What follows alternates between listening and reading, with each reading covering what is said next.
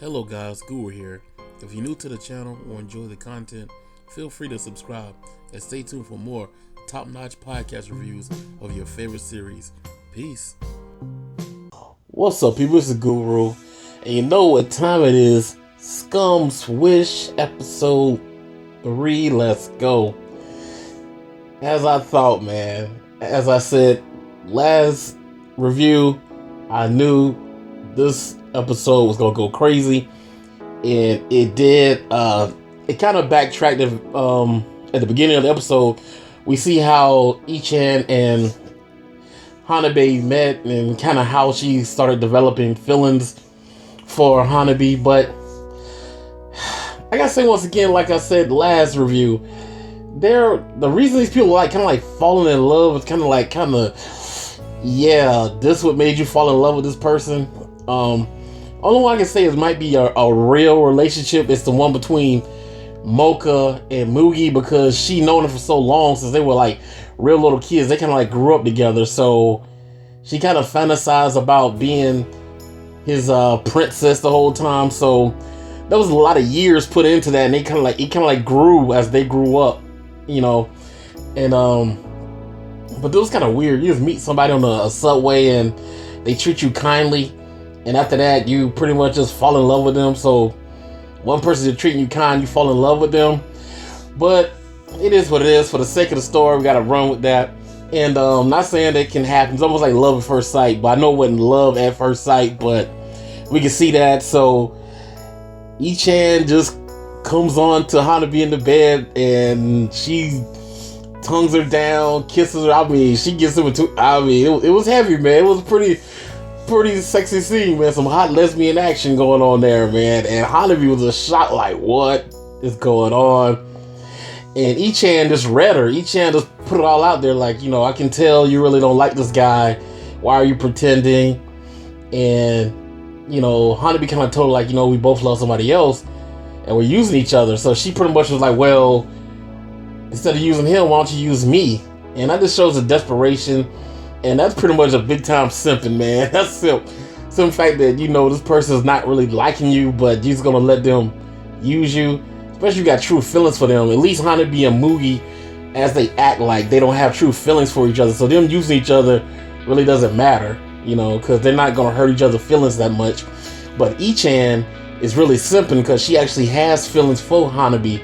So if she gets used by her, it's gonna be even worse, because she gonna have a false sense of that it might be a chance. It's gonna give her false hope that even if they go physical with each other, she's gonna think that it's gonna be a day that she's gonna be able to change Hanabi, and Hanabi's gonna be in love with her. So she's playing a very dangerous game, but that just shows desperation and being a simp pretty much if she goes along with it.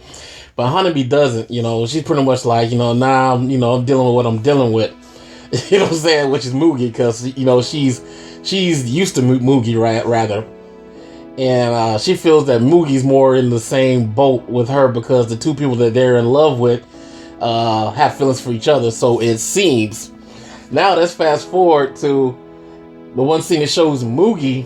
I knew that chick that I said in the first review was different from the teacher, and she was. It was this older chick, and I think his middle school or maybe it was high school. I think he was a freshman and she was a sophomore or something. And all the guys were after this chick, man, because she was a tomboy. She had the tomboy haircut, but she still was feminine. So, guys love that whole, you're a tomboy, but you still got the feminine essence to her. So she was kind of like that. She was slim with big breasts. So all the guys were after her. And even he looked at her a couple of times, but he tried not to, be all, fanboying over like the other guys were. But she started liking him.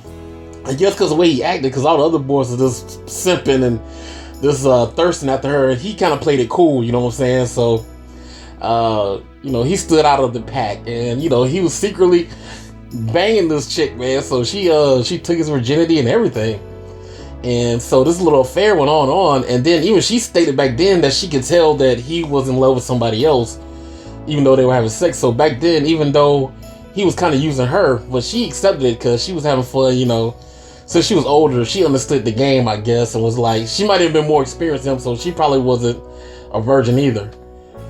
So it was new to him, but not new to her. So she kind of knew the rules and the boundaries. So she was just getting her rocks off pretty much.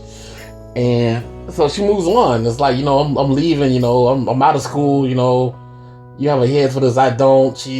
I forgot what she said she was pursuing. But Moogie actually cries over this, and I guess she did. Even though he felt like he's in love with his other teacher, this chick did hold a special place in his heart. And even she said, I'm sorry for taking your adolescence, but really she was pretty much saying, I'm sorry for taking your virginity. And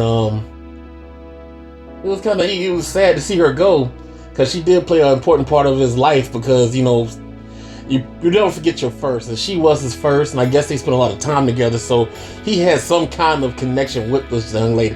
It had to be more than just physical, because like I said, she was his first, so it seems.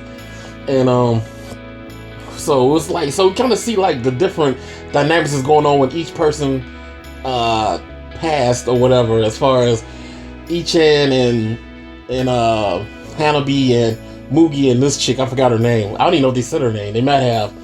But then we flash forward to this diner scene where the music teacher was in there, and she had this guy with her. And he was playing around with her and stuff, and horse playing with her, and like feeling on her and stuff. And so, of course, Hanabi's like, whoa, aren't you supposed to be, kind of like interested in brother? You know what I'm saying? Like, me and Moogie are pretty much suffering because of y'all relationship, but here you are fooling around with this other guy. And so, of course, Moogie's in simp mode. He pretty much like, it wasn't nothing. But the teacher said to keep this on the low. So Hanabi, being a woman, she saw through the whole thing because she's not under the music teacher's spell like Moogie is. So Moogie was kind of like, well, she used to tutor. That guy was one of her students, and he tutored, so I'm pretty sure they're just friends. But the guy was, feeling on her, man, and like kind of, in front of them in public. So, of course, Hanabi realized, like, nah, you being really disillusioned, there's some more that what's more than that's going on right now, you being dumb, love is blinding you, so she actually confronts the teacher. Hanabi's a savage, yo. She goes after what she wants, and she pretty much like, yo, what's the deal with this? That guy, what's our relationship? It's more than just friends. And she pretty much was like, well, we're just friends, still like we're just friends, kind of like knowing like, yeah, we're friends with benefits type thing. Hanabi read between the lines. Then she said, she read like, okay, you smell of cigarettes, and on top of that, you have the same dress you had on the night before, so obviously, you probably stayed at this kid's house, just came to work. And so she told, we'll talk later, and Hanabi just read her like, yeah, right, you sleeping with this underclassman, you know what I'm saying? So she got it down pat, man, and so it was funny. And then the scene that set it off, this what made the episode juicy. Not just the Ichan scene, but my man Moogie had some morning wood, right?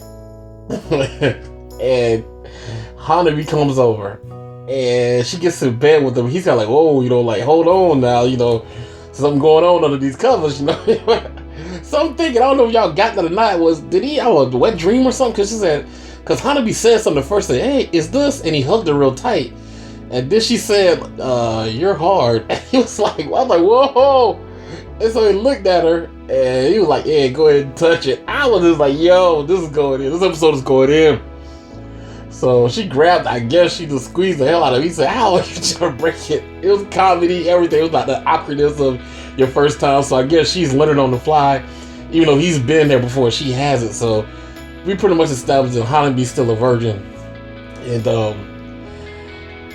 she pretty much jacks him off, and he's in the bedroom, and she's looking at him, moaning and stuff. And she tells him pretty much, she said, I forgot what she said, something to him. He said, if I do this, I'm not going to stop. And then she was like, well, I don't want you to. And I was like, whoa, yeah, let's get it. And it was weird how the scene changed, because, like, did they go all the way or didn't they? I can't understand the way they did the animation and stuff. It kind of was weird. It's like it was almost like a time skip or something, like a scene skip. And I was like, I can't tell if they did it or not, you know what I'm saying? But I know Ichan, she's all broke up because her feelings aren't returned. And So she's kind of not allowed, because she put it all on the line. You know, she let it all out. Even to the point of let Hanabi use her body. You know what I'm saying? She put all that out there. And then Mocha let her feelings be known, how much she really likes Mugi.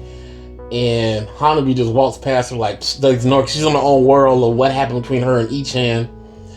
Mugi's all messed up, thinking about the past chick that took his virginity. Then he's dealing with this teacher thing. He's letting himself be blind. And now he's dealing with Hanabi. And now he still ain't deal with brother. He doesn't know what's going on with I guess he doesn't know what's going on with the music teacher and this other guy. So he's left in the dark. So this thing is a mess, man. And like I said, right now it's Hanabi, like she's back on top. She's the only one like that. She's in control of everything.